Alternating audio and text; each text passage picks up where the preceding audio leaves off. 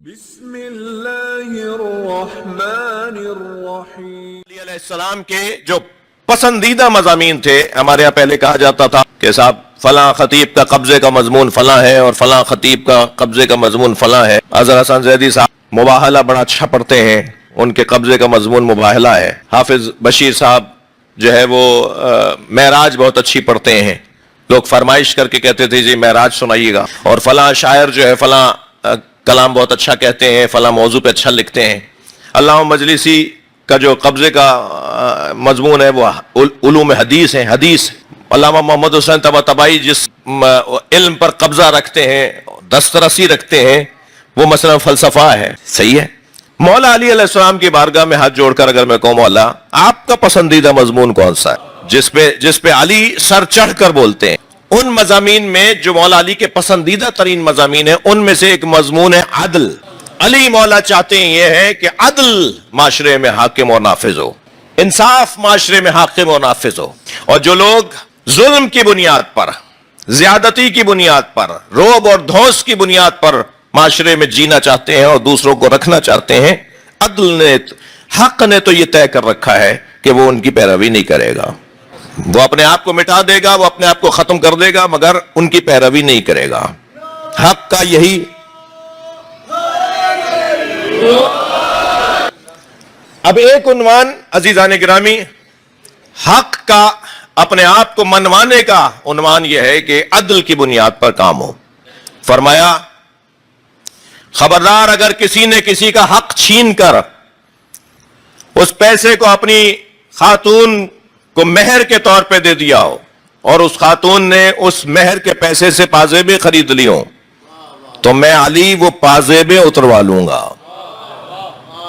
فرمایا مجھ علی کو یہ پسند نہیں ہے کہ ایک گھر میں فاقہ ہو رہا ہو اور برابر والے گھر کے اندر بریان بنائے جا رہے ہوں اور خوشبوئیں اٹھ رہی ہوں طرح طرح کے غذاؤں کی، میں ایسا معاشرہ نہیں دیکھنا چاہتا۔ علی مولا معاشرے کو عدل کے ساتھ رکھنا چاہتے ہیں، اور پھر قسط کا مطلب یعنی تقسیم عادلانہ، ہر موضوع میں عدل کا عنوان آئے گا مگر قسط کا عنوان ہر موضوع میں نہیں آئے گا۔ قسط کا موضوع آئے گا صرف اور صرف تقسیم کے عنوان پر، کہ جہاں کسی چیز کو تقسیم کیا جا رہا ہو وہاں پر لفظ قسط آئے گا۔ عزیزو یہ بات بہت روشن ہے کہ اللہ نے جسے معیار حق قرار دیا ہے، یعنی مجھے اور آپ کو اس پر غرور کرنے کا حق ہوگا، تکبر کرنے کی اجازت ہوگی کہ اللہ نے جسے معیار حق قرار دیا ہے وہ ہمارا پہلا امام ہے۔ کون کہاں بیٹھا ہے، کون کسے مانتا ہے، کون کیا مانتا ہے، مجھے اس سے غرض نہیں، مگر ہم جسے اپنا پہلا امام مانتے ہیں اللہ نے اسی کو معیار حق قرار دیا ہے۔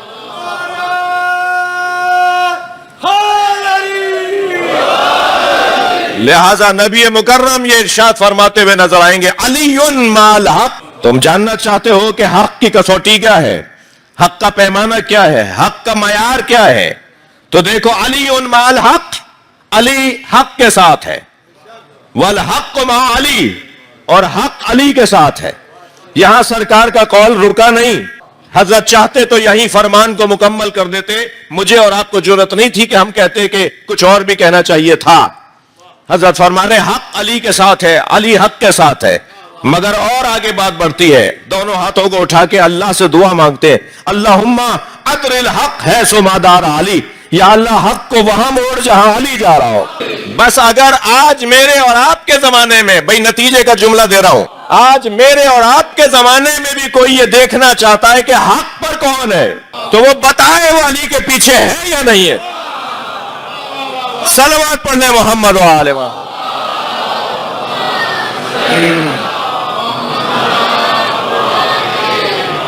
جی فیصلہ یہ ہے کہ حق علی ہے اور علی حق ہے، اور ہر وہ وجود حق ہے جو علی کے پیچھے چلتا ہو، اور یہ کوئی زور زبردستی تو ہے نہیں، کوئی ڈنڈے کی بنیاد پر اور کوئی جبر کی بنیاد پر تو اللہ مولا علی کو منوانا نہیں چاہتا۔ ممکن ہے کوئی پلٹ کے کہہ دے صاحب علی کو کیوں مانے، تو جواب آئے گا علی کو کیوں نہ مانے جب علم علی کے پاس سب سے زیادہ۔ صلوات پڑھے ذا محمد وال۔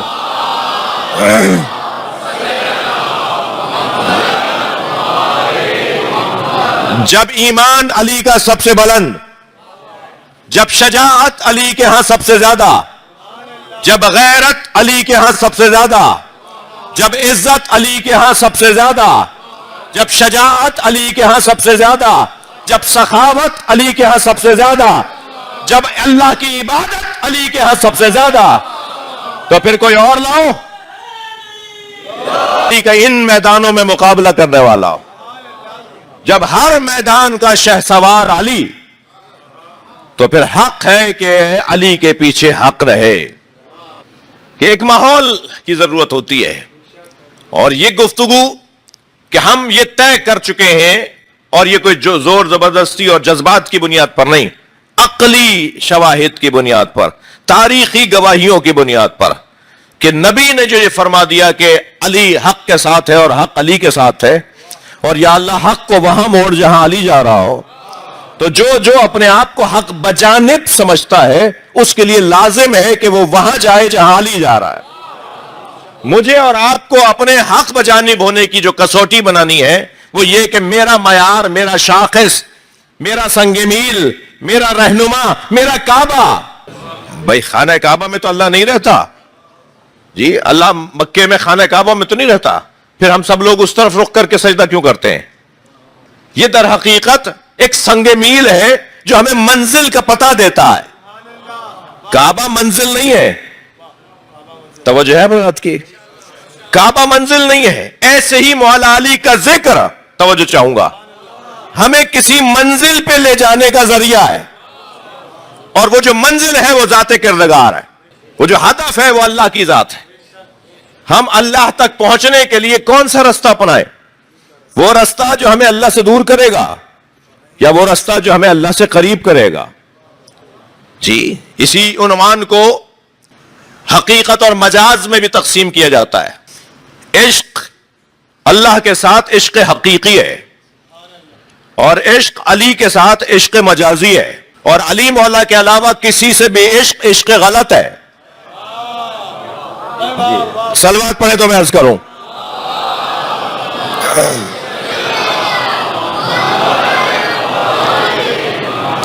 مجاز کا تعلق تو بھائی حقیقت کے ساتھ ہوتا ہے نا، یعنی لفظ مجاز وہاں استعمال ہوگا جہاں اس کے لیے حقیقت متصور ہوگی۔ اللہ کا وجود ہمارے لیے منزل حقیقی ہے، عشق حقیقی ہے، وہاں تک پہنچنا ہے۔ اب وہاں تک لے کے کون جائے گا؟ جی، وہاں تک کون لے جائے گا؟ جس کی وہاں رسائی ہوگی نا، جس کی اپنی وہاں رسائی نہ ہو۔ قُلْ لَا أَسْأَلُكُمْ عَلَيْهِ أَجْرًا إِلَّا الْمَوَدَّةَ فِي الْقُرْبَى۔ کتنی دفعہ آپ نے یہ آیت سنی ہے، سورہ مبارکہ شورى کی آیت، قُلْ لَا أَسْأَلُكُمْ عَلَيْهِ أَجْرًا إِلَّا الْمَوَدَّةَ فِي الْقُرْبَى۔ اے میرے حبیب ان سے کہہ دو مجھے رسالت کی اجرت کچھ نہیں چاہیے، مجھے اپنی محنت کے بدلے میں کچھ نہیں چاہیے، إِلَّا الْمَوَدَّةَ فِي الْقُرْبَى، سوائے یہ کہ قربہ سے اظہار محبت کرو۔ اب یہاں اکثر نے ترجمہ یہ کیا ہے، خود مجھ جیسے لوگ بھی رائج ترجموں میں ہم ترجمہ کرتے ہیں کہ نبی نے فرمایا میرے قرابت داروں سے اظہار محبت کرو۔ علامہ نقن صاحب فرماتے ہیں یہاں میرے کہاں ہے آیت میں؟ یہاں اللہ نے کب کہا ہے؟ یہ کب کہا ہے نبی نے کہ میرے قرابت داروں میں؟ لفظ قربہ ہے، اللہ کہلوا رہا ہے، توجہ ہے، نبی کہہ رہے ہیں۔ یہ جہاں نبی کے قربہ ہو سکتے ہیں وہاں اللہ کے قربہ بھی تو ہو سکتے ہیں، اور نبی کے قربہ میں تو جھگڑا ہو جائے گا کہ زوجائیں شامل ہیں یا نہیں، مگر اللہ کے قربہ میں جھگڑا ہی نہیں ہے کہ یہی ہے۔ اللہ کے قربہ میں تو بحث ہی نہیں ہے بھائی، یہ طے ہے کہ اللہ کے قربہ کون ہے۔ اللہ کے قربہ وہی ہے جو اللہ کے قریب ہے، جو اللہ کے قریب ہے۔ اور اللہ کے قریب کون ہے بھائی؟ موٹی موٹی باتیں ان بچوں کے لیے، کیا اللہ کے قریب ہونے کا معیار یہ نہیں ہے جس سے میری فاطمہ راضی اس سے اللہ راضی؟ یہ کسوٹی نہیں ہے۔ صلوات پڑھ لیں محمد و آل محمد۔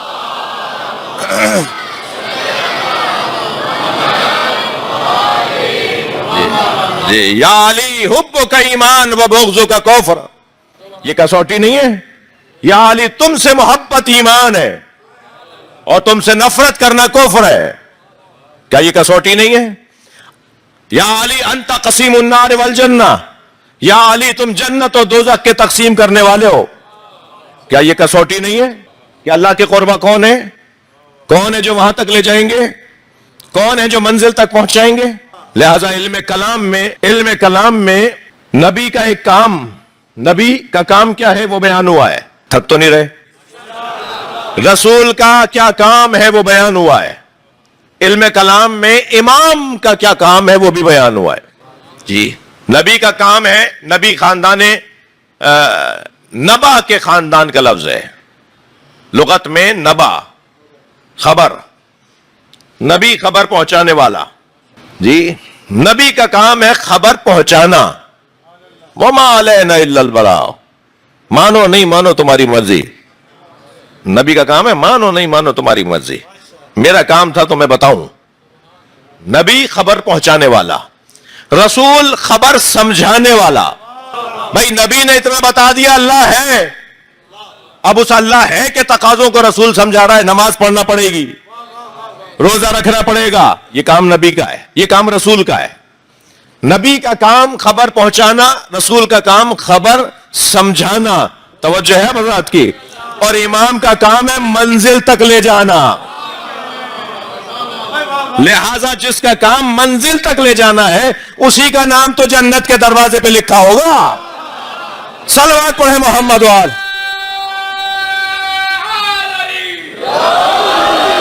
سب سنی شیعہ نے لکھا ہے کہ جنت کے 8 دروازوں پہ مولا علی کا نام لکھا ہوا ہے.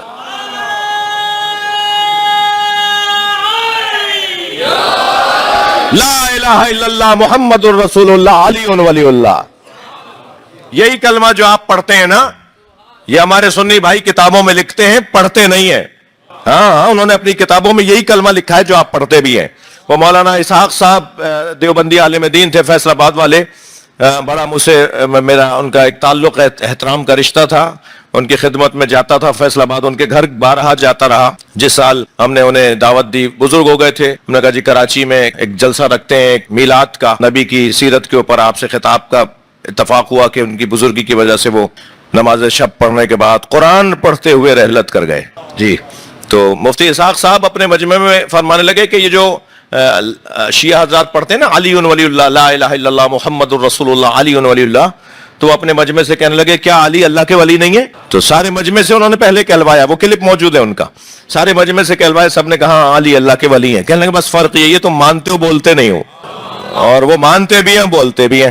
صلوات پڑھ لے ذرا محمد و عالم. بات میرے عزیزو بہت روشن ہے. جو مطلوب تک پہنچائے، جی بہتر کیا ہے کچھ میرے دوستوں نے، جو مطلوب تک پہنچائے، جو منزل تک پہنچائے، جو مقصود تک پہنچائے، جو حقیقت تک پہنچائے، وہی عنوان مجاز رکھے گا. ذوبوا فی علی کما ہوا ذاب فی اللہ. علی میں ایسے ضم ہو جاؤ جیسے علی اللہ میں ضم ہو.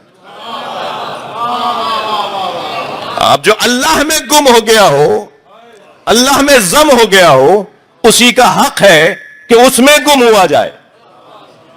اس کو کہیں گے مجاز اور اسے کہیں گے حقیقت. اس گھر کا کام، اس ہستی کا کام، اس خانوادے کا کام یہ کہ یہ لوگوں کو اللہ تک پہنچائیں. ایصال الی المطلوب، ایصال الی المطلوب. اور کیونکہ کام بڑا ہے، کام بڑا ہے، تو اس بڑے کام کے لیے اللہ نے اس بڑے وجود کے ساتھ کچھ معاونین کو قرار دیا ہے جنہیں اولیاء الہی کہا جاتا ہے. یہ ولی مطلق ہیں اور ان کے ساتھ کچھ جڑی ہوئی ہستیاں ہیں جو اولیاء الہی ہیں. ان کا کام ہے ان تک پہنچانا اور ان کا کام ہے اللہ تک پہنچانا. لہذا جتنے بھی اولیاء آپ کو دنیا میں ملیں گے وہ سب علی کے مرید ہیں. توجہ ہے بات کی. یہ جتنے بھی آپ کو ولیوں کے مزارات ملیں گے، جتنے بھی آپ کو صوفیہ ملیں گے، عرفا ملیں گے، یہ سب مولا علی علیہ السلام کے مرید ہیں. مرید ہونے کو دوسرے لفظ میں کہہ لیں ان سب کا روحانی سلسلہ علی تک جوڑتا ہے. یہ کوئی 12 سلسلے ہیں، اس میں ایک نقشبندیہ ہے جو حضرت ابوبکر تک جاتا ہے، مگر جو حضرت ابوبکر تک جاتا ہے ان سے کوئی پوچھے کہ ابوبکر کہاں جاتے ہیں، بہت واضح بات ہے نا. خود حضرت ابوبکر تو یہ کہتے ہوئے نظر آئے کہ لم تلد النساء مثل علی ابن ابی طالب. کائنات میں کوئی عورت نہیں ہے جس نے علی جیسا بچہ جنا ہو. یہ جو عرفانیات کے، یہ جو تصوف کے، یہ جتنے بھی سلسلے ہیں سوائے نقشبندیاں کے وہ سب کے سب مولا کائنات تک جاتے ہیں. اور نقشبندیہ کبھی میں نے آپ کو حال بتا دیا کہ وہ بھی علی کے بغیر ان کا گزارا نہیں ہے. جی کیا یہ روشن مثال نہیں ہے کہ 6 مہینے کے بعد جب اعلان خلافت ہو گیا, خفا تو نہیں ہے آپ, جب اعلان خلافت ہو گیا تو 6 مہینے کے بعد مولا کائنات نے حضرت ابوبکر کو اپنے گھر بلایا. کہیں ہوتا ہے ایسا کہ خلیفہ وقت کو, حاکم وقت کو کوئی اپنے گھر بلائے اور وہ بھی آ جائیں اور بلاتے وقت کہیں کہ فلاں کو ساتھ نہ لانا. بھائی نام نہیں آیا تو میں نام کیوں بتاؤں, مجھے نام نہیں پتا. صلوات پڑھے ذرا محمد و آل محمد. اور وہ آ جائیں, اور وہ جب آ جائیں تو ان سے شکوہ شکایت ہو کہ یہ کیا کیا آپ نے, یہ نہیں ہے, یہ سوائے اس کے کیا ہے کہ ان کے بھی مرشد علی مولا بتا رہے ہیں کہ ایسے کرنا ہے, ویسے کرنا ہے, ایسے چلنا ہے. جی دور حضرت ابوبکر کا لے آیا تو کچھ دیر اس دور میں آپ کو رکھنا چاہتا ہوں.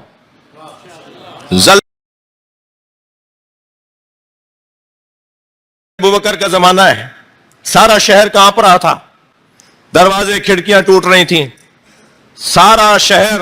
مدینہ بھی وہ شہر ہے جو شہر فیصلے کرنے کا شہر ہے. لہذا صحابہ کرام کی, کیونکہ صحابہ کرام نبی کو جنہوں نے دیکھا, نبی سے جنہوں نے سیکھا, وہ مدینہ میں رہتے تھے. اب سارا شہر حضرت ابوبکر کے دروازے پر ہے. انہوں نے سب کو جمع کر کے کہا چلو علی کے گھر چلیں. عبد الرحمن جامی نے شواہد النبوہ میں سنی عالم کی بات کر رہا ہوں, انہوں نے اس روایت کو لکھا ہے. مولا علی کے دروازے پر آئے, دستک دی, مولا نے دروازہ کھولا تو حضرت ابوبکر کی آواز آئی, یا علی مدینے میں زلزلہ ہے. حضرت نے مسکرا کے فرمایا میرے گھر میں تو نہیں ہے, میں ایک ایک لفظ کا ذمہ دار ہوں. تو کہا سارا شہر کانپ رہا ہے, سارا شہر گر جائے گا, لوگ مر جائیں گے. حضرت نے اپنی ڈیوڑی سے باہر قدم رکھا, شہر کانپ رہا تھا, مولا زمین پر بیٹھ گئے اور آپ نے زمین پہ ایسے ہاتھ پھیرنا شروع کیا جیسے کوئی مالک بے چین جانور کو پیار کر رہا ہو, اور پیار کرتے ہوئے فرمایا مالک اسکتی, کیا ہو گیا, آرام سے رہیں. وہ کانپتی بھی زمین رک گئی. حضرت نے فرمایا سب اپنے گھروں کو چلے جائیں, اب زلزلہ نہیں آئے گا. تو حضرت ابوبکر نے ہی سوال کر لیا, یا علی آپ زمین سے بات کرتے ہیں؟ فرمایا آپ نے قرآن کی آیت پڑھی ہے, اذا زلزلت الارض زلزالہا واخرجت الارض اثقالہا وقال الانسان ما لہا. جب زمین کانپے گی اور زمین کے اندر سے چیزیں نکلیں گی تو ایک انسان زمین سے پوچھے گا تجھے کیا ہو گیا, وہ انسان میں علی ہوں. ہر شخص کو مولا کے دروازے پر آنا ہے. جی آج نہیں کل سب کو آنا ہے. اسی لیے مجھے اس ملنگ سے بھی پیار ہے جو ڈنڈا کنٹھا کلابا جی گلے میں ہار پھول ڈال کے بازاروں میں آوازیں لگاتا ہے. آج نہیں کل سب علی علی کہیں گے. وہ حقیقت بولتا ہے. البتہ جہاں میں مولوی تبلیغ کے لیے نہیں پہنچ پاتا وہاں وہ ملنگ پہنچ جاتا ہے. لہذا اس کا بڑا کام ہے, وہ تانے بھی سنتا ہے, وہ تشنی بھی سنتا ہے, وہ چپتے ہوئے جملے بھی سنتا ہے, وہ دھتکارا بھی جاتا ہے, وہ جی اسے دھکے بھی دیے جاتے ہیں, اس کی توہین بھی ہوتی ہے, مگر اس کی نگاہ میں صرف علی ہوتے ہیں. اس کو صرف اور صرف اپنے مرشد اپنے مولا کی فکر ہوتی ہے, وہ ان کے خیال میں زندگی گزار رہا ہوتا ہے. سب کو بالآخر اسی دروازے پر آنا ہے. حقائق کھلنا شروع ہو رہے ہیں. مجھے امام کے ظہور کی خوشبو آ رہی ہے. حقائق کھلنا شروع ہو رہے ہیں. آخری زمانے میں اللہ کا وعدہ ہے نا وہ منوائے گا. اس نے منوانا شروع کر دیا, چہروں سے نقابیں اتر رہی ہیں. جی پڑھے لکھے جلادوں کے چہرے کھل رہے ہیں. جی پینٹ کوٹ والے ٹائیوں والے ملاؤں کے چہرے کھل رہے ہیں. مائنڈ سیٹ کا مسئلہ تو داڑھیوں والوں کے ساتھ تھا, شدت پسندی کا مسئلہ, دہشت گردی کا مسئلہ تو مذہبی حلیوں والوں کے ساتھ تھا. اب روشن ہو رہا ہے کہ قصہ کچھ اور ہے. ماضی میں بھی انہیں استعمال کیا گیا تھا جن کی داڑیاں بڑی کروائی گئی تھی, اور آج جنہوں نے استعمال کیا تھا وہ سامنے آ گئے کہ ہم نے استعمال کیا، اور اس حقیقت کو کھولنے والا بھی